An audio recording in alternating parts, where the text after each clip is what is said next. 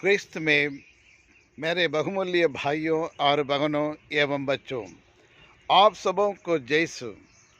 हमारे प्रभु यीशु क्रिस्त की कृपा, प्रेम, अनुग्रह, आशीष, समाधान, दया, करुणा, अनुकंपा सदा सर्वदा आपके एवं आपके परिवार के साथ रहे।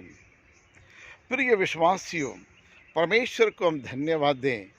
ईश्वर ने पिछले एक सप्ताह से आपके लिए, मेरे लिए और हमारे परिवारों के हर एक सदस्यों के लिए अनेक प्रकार की मदद की है, अनेक प्रकार के वरदान हमें प्रदान किया है।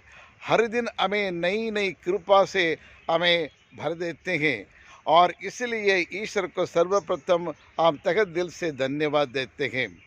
प्रिय विश्वासियों, आज माता कलिसिया और ये सामान्य काल का तीसरा और इतवार मना रही है और आज के सुसमाचार सन्मति के सुसमाचार, सन्मति रचित सुसमाचार अध्याय 4 और पद संख्या 12 से लेकर 23 तक है। प्रिय विश्वासियों, यदि आज के सुसमाचार को यदि ध्यान पूर्वक उसको पढ़े, मनन चिंतन करे, तो हमें पता चलता है कि इसका मूल संदेश क्या है। इसका मूल संदेश है, दो संदेश है। सर्वप्रथम और प्रभु यीशु का सार्वजनिक कार्य के बारे में बतलाता है और दूसरा और शिष्यों को पहला अपने शिष्यों को और प्रेरितों को और बुलाते हैं। जी हाँ प्रिय विश्वासियों, प्रभु यीशु का सार्वजनिक कार्य और कब शुरू हुआ, कहाँ से शुरू हुआ, किस परिस्थिति से उन्हें प्रभु यीशु ने शुरू किया और किस देश से उन्हें शुरू किया। जी हाँ, क्रिस्त में प्यारे भाई और बहनों, इन तमाम प्रश्नों का सही उत्तर देता है आज के सुसमाचार का पहला भाग। प्रभु यीशु क्रिस्त और यूहन्ना बपतिस्मा से बपतिस्मा ग्रहण करने के तुरंत बाद उन्हें अपने प्रारंभिक और कार्य को शुरू नहीं किया और प्रभु यीशु क्रिस्त बपतिस्मा करने के बाद 40 दिन तक मरुभूमि में और वहाँ जो उपवास कर रहे थे, तपस्या कर रहे थे, तब शैतान ने बार बार आकर और उनकी परीक्षा ली और उसके तुरंत बाद उन्हें अपने सार्वजनिक कार्य को प्रारंभ नहीं किया। प्रिय विश्वासियों, लेकिन फिर कब किया? यूहन्ना बपतिस्मा से ग्रहण करने के बाद और 40 दिन उपवास रखते हुए अपने आप को तैयारी कर रहे थे और इस समय के दौरान और अनेक बार शैतान ने उनकी परीक्षा ली और परीक्षा लेने के बाद भी उन्हें अपने सार्वजनिक कार्य को प्रारंभ नहीं किया। और जब प्रभु यीशु क्रिस्त और बपतिस्मा ग्रहण करने के बाद और 40 दिन का उपवास करने के बाद और शैतान से परीक्षा लेने के बाद और जब हमारे और संत यूहन्ना बपतिस्मा अरेस्ट होने के बाद ही और प्रभु यीशु ने और खुलकर और सार्वजनिक कार्य को उन्हें प्रारंभ किया है। जी हाँ, क्रिस्त में प्यारे भाइयों और बहनों, लेकिन प्रभु यीशु क्रिस्त का सार्वजनिक कार्य कौन से देश से उन्हें शुरू किया या फिर कौन सी जगह से उन्हें और शुरू किया? प्रिय विश्वासियों, बड़े मजे की बात है, प्रभु यीशु क्रिस्त अपने जन्मस्थान यानी यरूशलेम के बेथलेहम से नहीं, नासरत से नहीं, लेकिन कफरनहूम की ओर से और अपने सार्वजनिक कार्य को वो प्रारंभ करते हैं। और वहाँ और आज के पहला पद ये बताते हैं, कोई गैर क्रिस्तीय लोग, गैर यहूदी लोग जहाँ रहते थे और वहीं से प्रभु यीशु ने अपना पहला और ये सार्वजनिक कार्य को प्रारंभ किया है। लेकिन क्यों? लेकिन प्रभु यीशु क्रिस्त यहूदी के लिए आए हैं, इजरायली लोगों के लिए आए हैं, उनके उद्धार करने के लिए आए हैं। लेकिन गैर यहूदियों के और नगर में और वहाँ जाके ये नप्तली और ये भी अनेक प्रकार के ये गांव है, तो वहीं से उन्होंने किया है। नबलोन अब नप्ताली यानी वह एक ऐसे नगर है वहाँ गैर क्रिस्तीय लोग थे, गैर यहूदी लोग थे और वहीं से उन्हें अपने सार्वजनिक कार्य प्रारंभ और किया है। क्योंकि प्रभु यीशु क्रिस्त ना सिर्फ इजरायली लोगों के लिए, ना सिर्फ क्रिस्तियों लोगों के लिए, लेकिन गैर यहूदियों के लिए ही मुक्तिदाता बनकर इस संसार में आए हैं। आज सारी मानव जाति के लिए और वह एक मसीहा बन के आए, किसी एक धर्म के लिए नहीं, किसी एक देश के लिए नहीं, लेकिन सारी मानव जाति के लिए, हर धर्म के लिए, हर जात के लोगों के लिए, हर वर्गों के लिए वो मसीहा बन के आए हैं। जी हाँ, क्रिस्त में प्यारे भाइयों और बहनों, अभी सवाल ये उठता है, लेकिन प्रभु यीशु का पहला प्रचार क्या था? प्रभु यीशु का उस मिशन कार्य का पहला प्रवचन क्या था और कौन सा संदेश वह लोगों को देते थे? प्रभु यीशु के पहला यह संदेश बाइबल कहती है, सन्मति के सुसमाचार अध्याय 4 पद संख्या 17 में कहता है, वही सबसे प्रथम और संदेश प्रभु यीशु के मुंह से निकला है, पश्चाताप करो क्योंकि स्वर्ग का राज्य निकट आ गया है। प्रिय विश्वासियों, क्या शानदार शुरुआत है, एक दमदार शुरुआत प्रभु यीशु ने किया है। पश्चाताप करो, मन फिराव करो, मन परिवर्तन हो जाओ क्योंकि स्वर्ग का राज्य निकट आ गया है।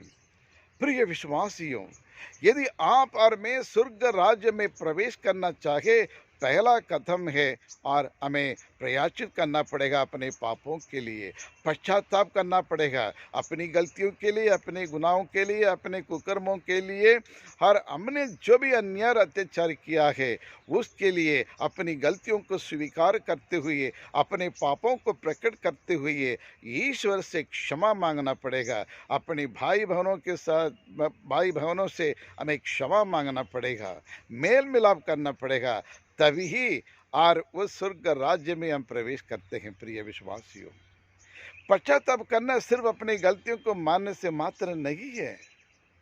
पश्चाताप का मतलब यह भी है, मेल मिलाप करना जरूरी है और पापों के लिए प्रयासित करना जरूरी है, लेकिन उससे भी बढ़कर है और it is a call for the total change, यानी इसको ग्रीक शब्द में मेटानोया कहते हैं। Metanoia means a change of one's heart, the conversion of your heart. यानी तन से, मन से और पूरे शरीर से हम अपने आप को बदलना पड़ेगा। जी हाँ, क्रिस्त में प्यारे भाइयों और बहनों, और पश्चाताप के द्वारा हमारे हृदय का परिपूर्ण चेंज, परिवर्तन होना चाहिए। इसी को मेटानोया कहते हैं। यानी सिर्फ कन्फेशन करने से मात्र नहीं, या थोड़ी प्रार्थना पश्चाताप की विनती बोलने से हमारे पाप सारे पाप में सब मिट नहीं जाते, हमें परिवर्तन नहीं आता है, लेकिन पूरे तन से, मन से, सोच से, विचार से, हर चीज़ में बदलाव आना चाहिए। उसी को पश्चाताप कहते हैं, इसको मेटानोया कहते हैं। जी हाँ, क्रिस्त में प्यारे भाइयों और बहनों, यानी प्रभु यीशु आपसे और मुझसे यही चाहते हैं, हमारी सोच में परिवर्तन आना चाहिए, हमारे विचार में परिवर्तन आना चाहिए, हमारे कर्मों में परिवर्तन आना चाहिए, हमारे रहन सहन में, हमारे व्यवहार में, हमारी आदत में, हमारे बोलचाल में और हमारे जीवन शैली में एक परिपूर्ण और एक परिवर्तन आना चाहिए। जी हाँ, क्रिस्त में प्यारे भाइयों और बहनों, इसी को पश्चाताप कहते हैं। और आज हम अपने आप को यह सवाल से पूछे, यार अपने आप को जांच करके देखिए, क्या मेरी सोच सही है, मेरा विचार सही है और मेरा रहन सहन, मेरा जीवन शैली कैसे है? क्या इसमें कुछ परिवर्तन आया है? यदि परिवर्तन नहीं आया तो फिर मैंने पश्चाताप किए ही नहीं और मेरे पापों के लिए मैंने प्रयाचित नहीं किया, यही मतलब होता है। तो अपने आप से एक सवाल पूछे, क्या इन तमाम चीज़ों में परिवर्तन हुआ या नहीं हुआ? जी हाँ, क्रिस्त में प्यारे भाई और बहनों, और आज के सुसमाचार के दूसरा भाग में प्रवेश करें और उसके बारे में मनन चिंतन करें। हमें ये पता चलता है प्रभु यीशु क्रिस्त पहला 4 शिष्यों को बुलाते हैं, यानी चार प्रेरितों को बुलाहट के बारे में हम पढ़ते हैं। प्रिय विश्वासियों, और प्रभु यीशु ने और इनको बुलाया है स्वर्ग राज्य में प्रवेश करने के लिए, और आज के सुसमाचार में ये प्रभु यीशु ये कहते हैं, पश्चाताप करो कि स्वर्ग राज्य निकट आ गया है। प्रिय विश्वासियों, स्वर्ग राज्य में प्रवेश करने के लिए पश्चाताप की ज़रूरत है। और उतना ही नहीं, लेकिन क्यों पश्चाताप करना, और क्योंकि और स्वर्ग राज्य के सदस्य बनने के लिए, स्वर्ग राज्य में सम्मिलित होने के लिए हम अपने पापों के लिए प्रायश्चित करना बहुत ज़रूरी है। यही एक क्वालिफिकेशन है स्वर्ग राज्य में प्रवेश करना। स्वर्ग राज्य क्या है? स्वर्ग राज्य ईश्वर का राज्य है, और it is the reign of God. Jesus having the authority over the kingdom of God. यानी हमारे लिए स्वर्ग राज्य ईश्वर का और ईश्वर का शासन है, ईश्वर का शासित और उस राज्य है, और उस राज्य में प्रवेश करने के लिए पश्चाताप की जरूरत होती है। और जी हाँ प्रिय प्रिय विश्वासियों, साथ साथ उस स्वर्ग राज्य के सदस्य बनने के लिए भी और हमें पश्चाताप करने की ज़रूरत है। यहाँ पेतरुस को बुला रहे हैं, और अंद्रेस को बुला रहे हैं, योहन को बुला रहे हैं, याकूब को भी बुलाते हैं, सब इसको स्वर्ग राज्य में सम्मिलित होने के लिए, स्वर्ग राज्य की स्थापना करने के लिए। स्वर्ग राज्य या कुछ ऐसा कुछ राज्य नहीं है, लेकिन स्वर्ग राज्य में जहाँ शांति है, प्रेम है और एकता है, क्षमादान है, और जहाँ कोई लड़ाई झगड़ा नहीं रहता है, और अमन शांति है, और एक दूसरे को और एक भाई बहन के रूप में स्वीकार करने का, और ये भातृ प्रेम है और आदान प्रदान है, और उसी को हम स्वर्ग राज्य कहते हैं। जी हाँ क्रिस्त में प्यारे भाइयों और बहनों, और इस स्वर्ग राज्य में ना लड़ाई, ना झगड़ा, जहाँ मनमुटाव और भेदभाव, एशिया और इस प्रकार की कोई पाप वहाँ नहीं रहता है। वहाँ शांति है, अमन शांति है, एकता है, और आपसी प्रेम है, आपसी सूझबूझ है, और आदान प्रदान है। एक दूसरे को क्षमा कर देते हैं, किसी के प्रति किसी प्रकार के मन मुटाव नहीं रहता है, और इसमें बड़ा और छोटा नहीं है, सब एक समान है, एकता में जीवन यापन करते हैं, और उसी को स्वर्ग राज्य कहते हैं। प्रिय विश्वासियों, सवाल आपके लिए और मेरे लिए, हम स्कूल में काम करते हैं, आप दफ्तर में कार्यरत हैं, या फिर कोई टीचर के रूप में पढ़ाते हैं, या फिर परिवार में रहते हैं, समाज में रहते हैं, लेकिन जहाँ कहीं भी हम कार्यरत हैं, लेकिन वहाँ देखिए, वहाँ अमन शांति है, एकता है, आदान प्रदान है, आपसी प्रेम है, आपसी सूझबूझ है, एक दूसरे की मदद करते हैं, भाईचारा है। यदि ये नहीं तो फिर वह स्वर्ग राज्य नहीं कहला जाता है। लेकिन उस स्वर्ग राज्य की स्थापना करने के लिए प्रभु यीशु ने इन 4 शिष्यों को, प्रथम 4 शिष्यों को नहीं बुलाया। आज वही प्रभु आपको एक पुरोहित के रूप में ईश्वर ने बुलाया, और आपको एक माता के रूप में, एक पिता के रूप में, एक पत्नी के रूप में, एक पत्नी के रूप में, बच्चे के रूप में, टीचर के रूप में, डॉक्टर के रूप में ईश्वर ने आपको एक बुलाहट दी है। अलग अलग व्यक्ति के लिए अलग अलग प्रकार की बुलाहट दिए हैं, ताकि हम सब और हमें जो दिए गए वरदान के द्वारा और इस राज्य को स्थापना करना और इस राज्य को फैलाना हमारा परम कर्तव्य है। जी हाँ क्रिस्त में प्यारे भाइयों और बहनों, पुराने विधान की और पन्नों को पलट कर देखिए, वहाँ आपको यह मालूम पड़ जाता है कि अब्राहम को ईश्वर ने बुलाया, एक ऐसे देश में लेके गया जो उसके बारे में जानता ही नहीं था, ना भाषा, ना संस्कृत, ना रीत रिवाज, कुछ भी नहीं जानता था।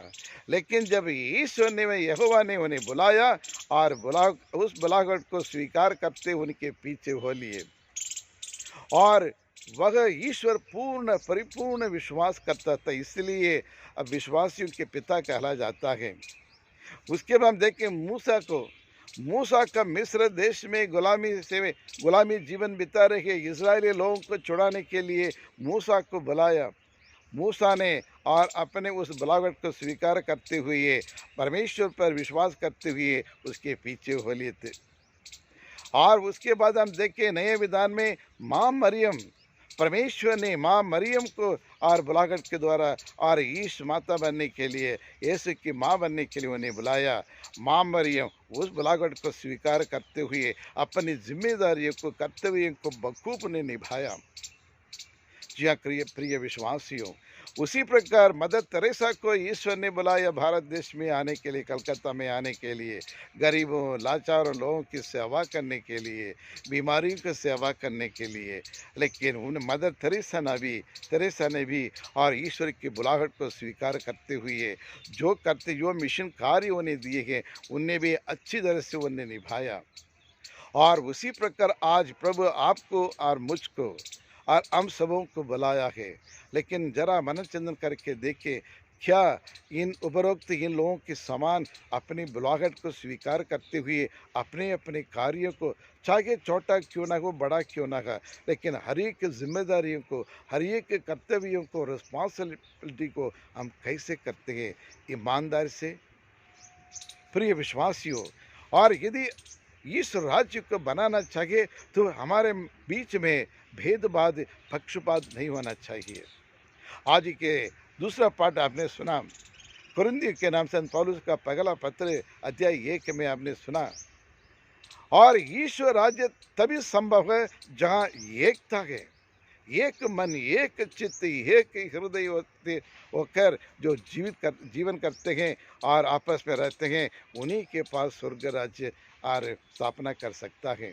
उसमें डिवीजन नहीं होना चाहिए प्रिय विश्वासियों। लेकिन आज देखिए, संस्था में, सन्यासी जीवन में और वैवाहिक जीवन में, परिवार में, समाज में, देश में, सारी दुनिया में कितना विभाजन है, कितने लोग पक्षपात करते हैं, एक दूसरे के दवा के ऊपर उठने के लिए, आगे आने के लिए कोशिश करते हैं, इंसानियत को भूल जाते हैं, मानवता को भूल जाते हैं। जी हाँ प्रिय विश्वासियों, ऐसे ऐसे इस तरह से कार्य हम करें तो फिर हम इस राज्य की स्थापना नहीं कर सकते। इसलिए कोई भेदभाव, मनमुटाव और पक्षपात नहीं होना चाहिए, एकता होना चाहिए, आपसी प्रेम होना चाहिए। जी हाँ क्रिस्त में प्यारे भाइयों, इसके लिए हम प्रार्थना करें। हे सर्वशक्तिमान शाश्वत परमेश्वर, हम आपको धन्यवाद देते हैं प्रभु, आपकी आराधना करते हैं, आपकी स्तुति करते हैं प्रभु। कभी भी ना बदलने वाला परमेश्वर आप है प्रभु। आप अपने प्रतिज्ञाओं को पूरा करने वाला परमेश्वर है। आप सत्य प्रतिज्ञा परमेश्वर, शाश्वत परमेश्वर है प्रभु। और हाँ प्रभु, हम आपको तहे दिल से हम आपको धन्यवाद देते हैं। और इतनों दिनों से, पिछले एक सप्ताह से हमको अपनी आंखों की पुतली की तरह में संभाला प्रभु। और हमारे परिवार में कई प्रकार की समस्याएं और दुख तकलीफ आए, लेकिन उसे सामना करने का धैर्य और आपने हमें प्रदान किया है, उसके लिए भी हम आपको धन्यवाद देते हैं प्रभु। आने वाले समय में हमारे बीच में, हमारे परिवार में, हमारे देश में, हमारे समाज में एकता बनाए रखने के लिए और आपसी प्रेम बने रहने के लिए हमें कृपा दे। और प्रभु, नाना प्रकार की बीमारी से पीड़ित लोगों को चंगाई उन्हें प्रदान करे, जो अपने जीवन साथी पाने के लिए ये कोशिश कर रहे हैं, और उनके लिए अच्छे जीवन साथी उन्हें प्रदान करे, जो नौकरी की तलाश में है प्रभु, और उनके क्षमता के अनुसार, उनकी योग्यता के अनुसार उन्हें अच्छी नौकरी मिल पाए प्रभु। और हमारे बच्चों को जो परीक्षा लिखने के लिए और तैयारी कर रहे हैं, जो बच्चे प्रैक्टिकल एग्ज़ाम दे रहे हैं, विशेष करके बोर्ड के क्लास के बच्चों के लिए, और उन सबों पर प्रभु अपनी पवित्र आत्मा से उन्हें और ज्ञान दे, विवेक प्रदान करे, स्मरण शक्ति दे, ताकि वे भी अच्छी तरह से एग्ज़ाम लिखकर अच्छे नंबर में पास होकर आपकी महिमा कर सके, आपके नाम की स्तुति कर सके। यही प्रार्थना हम करते हैं हमारे प्रभु यीशु क्रिस्त के द्वारा। आमीन आमीन।